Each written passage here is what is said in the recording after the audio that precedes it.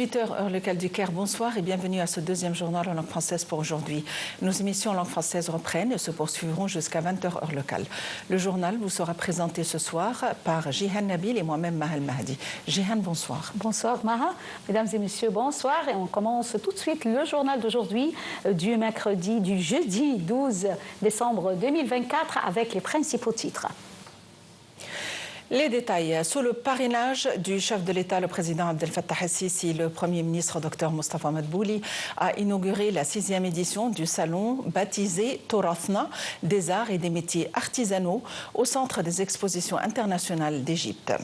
L'événement se poursuivra jusqu'au 21 décembre. Le salon témoigne chaque année d'une large participation arabe, renforçant la coopération économique et culturelle entre ces pays avec la République algérienne en tant qu'invité d'honneur de cette édition. L'inauguration de l'exposition s'inscrit dans le cadre de l'attention accordée au secteur des métiers artisanaux et traditionnels en fournissant un soutien aux artisans afin de les aider à développer leurs produits et les lancer sur le marché mondial. Le Premier ministre, Dr Mostafa Madbouli, a présidé une réunion avec certains responsables du gouvernement au siège de la nouvelle capitale administrative concernant les procédures relatives à la centrale électrique éolienne située dans la région de Debel el-Zayt, au sud de la ville de Ras Gharib.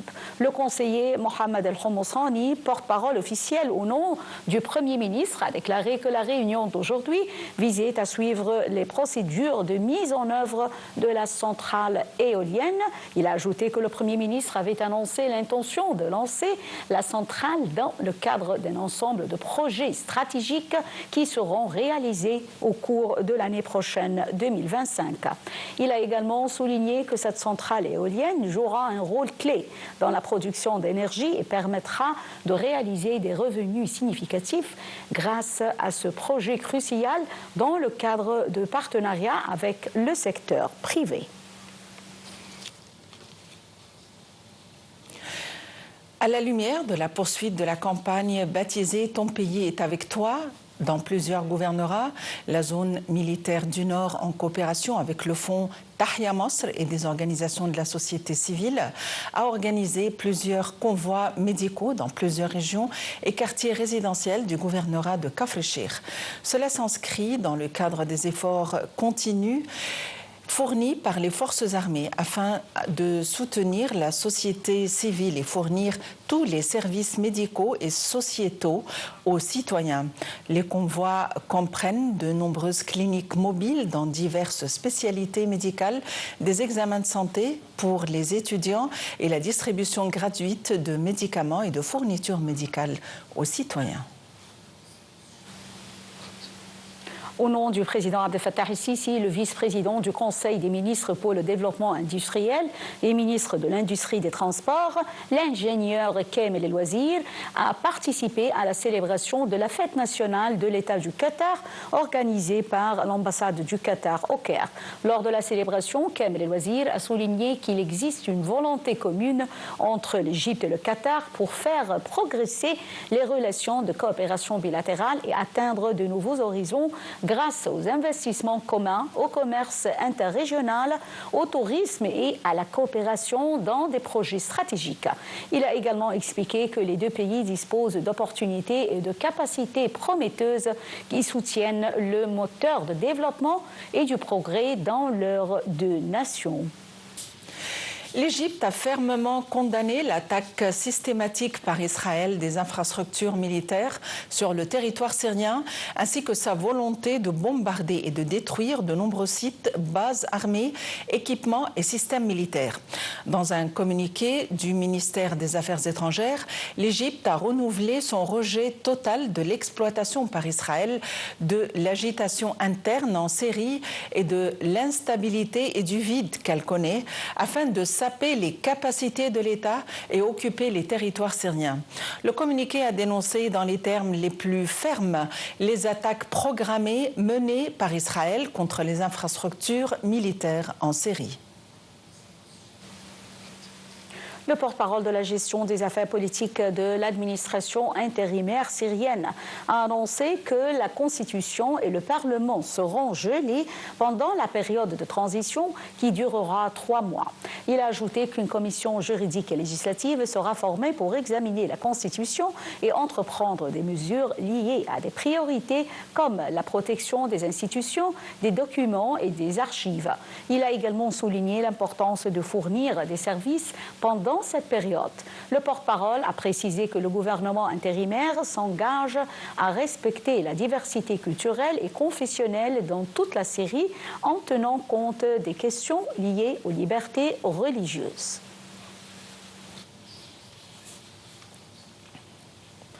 Le Premier ministre chargé de la transition en Syrie a assuré que les factions armées qui ont chassé Bachar el-Assad du pouvoir garantiraient les droits de toutes les communautés, appelant les millions d'exilés à rentrer au pays. M. Ahmed Shara a indiqué précédemment avoir accordé l'amnistie au personnel subalterne de l'armée et des forces de sécurité.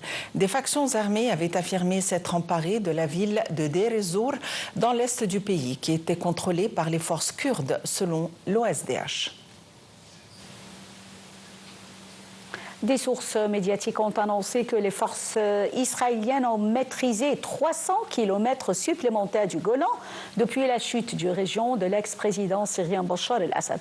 Entre-temps, l'armée de l'occupation israélienne a annoncé que 4 groupes combatifs déjà déployés au sud de la Syrie.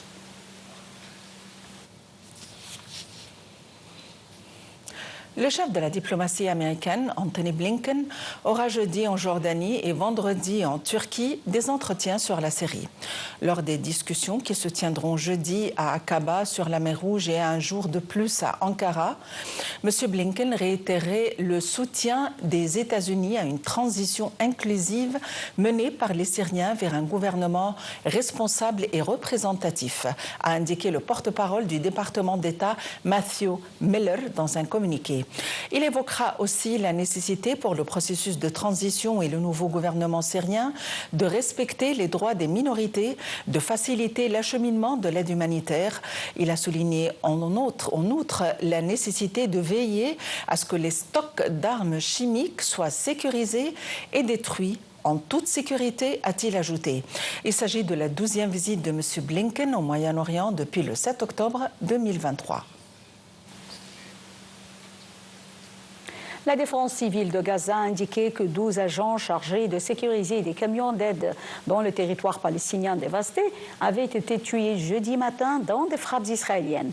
7 agents de sécurité ont été tués dans une frappe à Rafah et 5 autres dans une frappe à Khan Younis, 2 villes du sud de la bande de Gaza. C'est ce qu'a déclaré le porte-parole de la défense civile à Gaza.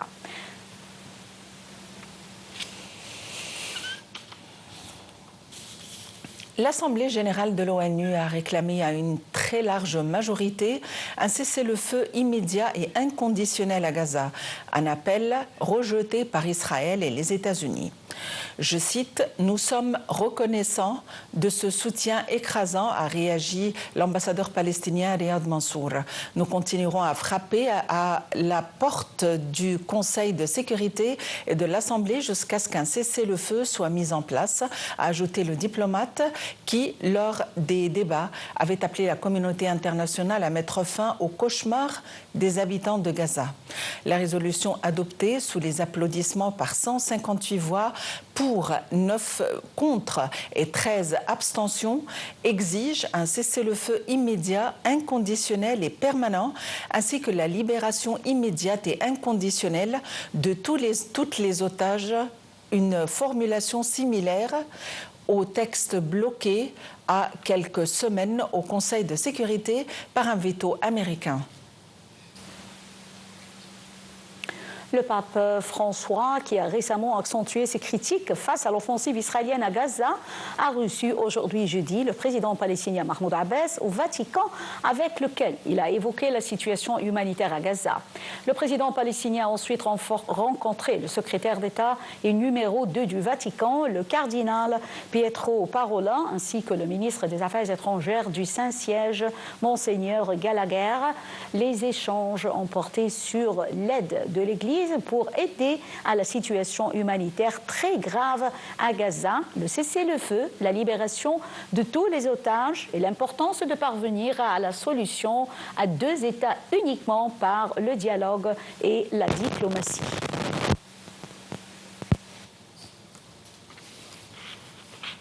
Washington annonce un premier retrait israélien du Liban. Suite au cessez-le-feu, les forces israéliennes ont procédé à un premier retrait d'une localité du sud du Liban et ont été remplacées par des militaires libanais conformément à l'accord du cessez-le-feu en Israël. Et Hezbollah a annoncé par ailleurs le commandement central américain pour le Moyen-Orient.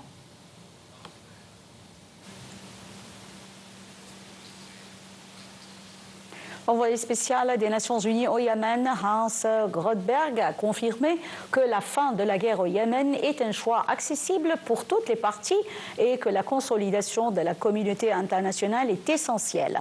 Ceci est intervenu lors du discours lancé par M. Grotberg devant le Conseil de sécurité, soulignant que les récents développements au Liban et à la Syrie confirment la nécessité de la stabilité dans la région au Moyen-Orient. Ces déclarations coïncident avec celles des médias israéliens que son système sécuritaire examine le lancement d'une attaque visant le Yémen après que l'aviation israélienne a intercepté un drone en provenance du Yémen.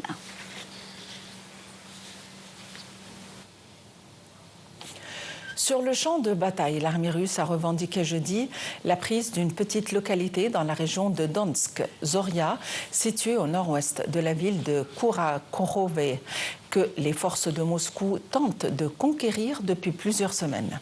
Plus tard dans la journée, le ministère russe de la Défense a également annoncé la reconquête du village de Novoïvanovka dans la région russe de Koursk, frontalière de l'Ukraine et théâtre depuis début août d'une offensive ukrainienne de grande ampleur.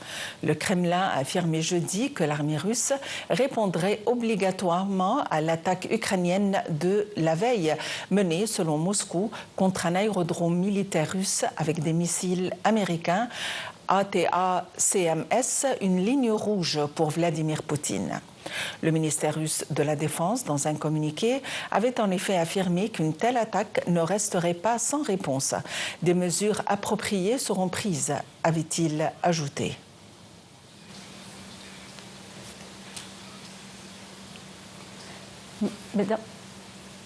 Mesdames et messieurs, fin de ce journal. Merci pour votre participation et la transmission sur Nile TV se poursuit jusqu'à 20h locale. Merci Maha.